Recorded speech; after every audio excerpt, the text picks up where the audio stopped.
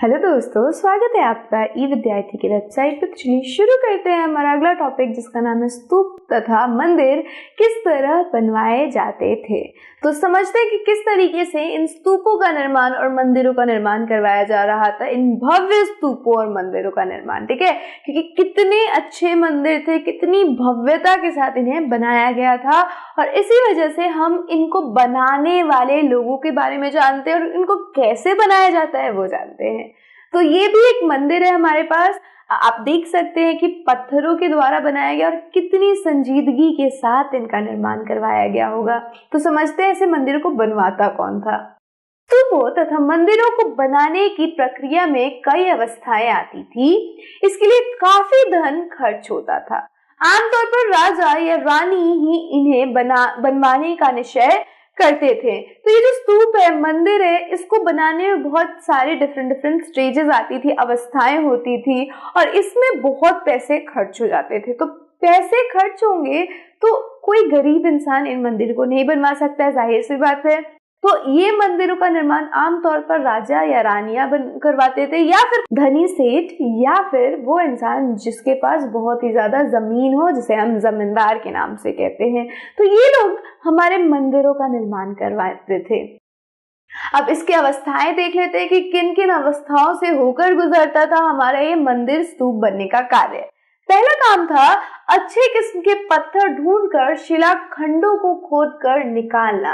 तो पहला काम हो जाएगा पत्थरों को ढूंढना और उनको निकालना वहां से। फिर मंदिर या स्तूप के लिए सोच विचार कर तय किए गए स्थान पर शिलाखंडों को पहुंचाना होता। तो जो भी शिलाखंड हमने निकाले हैं, पत्थरों को जो हमने निकाले हैं, उनको उस जगह पे पहुंचाना है जहां पे मंदिर या स्तूप की निर्माण करवानी है। यहाँ पत्थरों को काट छाट कर तराशने के बाद खंभों, दीवारों की चौखटों, फर्शों तथा छतों का आकार दिया जाता था।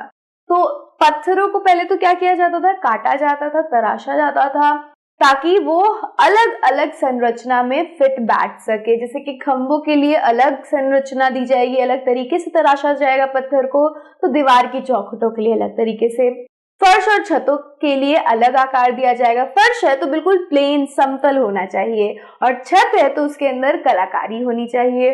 और इन सब के तैयार हो जाने पर सही जगह पर उन्हें लगाना काफी मुश्किल काम था। तो ये सारी जब चीजें हो जाएंगी, जब आपका पत्थर तराश लिया जाएगा हर एक स्थान के लिए, उसके बाद उसको सही स्थान पे लगाना भी एक अपने आप में मुश्किल भरा काम था। तो ये कुछ हमारे क्या हो जाएंगे, स्टेजेस हो जाएंगे जिसमें मंदिर और स्तूपों का निर्माण होता था। आगे देखिए, इनकी सजावट के लिए पैसे देने वालों में व्यापारी, कृषक, माला बनाने वाले, इत्र बनाने वाले, लोहार, सुनार तथा ऐसे कई स्त्री पुरुष शामिल थे जिनके नाम खंभों, रेलिंग तथा दीवारों पर खुदे हैं। तो जब आप मंदिर देखोगे ना, पौराणिक मंदिर, तो वहां पे सजावट के लिए बहुत सारे लोग पैसे देते हैं, कई बार कुछ चीजें भी लोग देते हैं, और इनमें आम लोग भी शामिल होते हैं, चाहे वो कोई व्यापारी हो, कृषक हो, माला बनाने वाला हो, इत्र बनाने वाला हो, लोहार हो, सुनार हो, चाहे कोई स्त्री या पुरुष हो।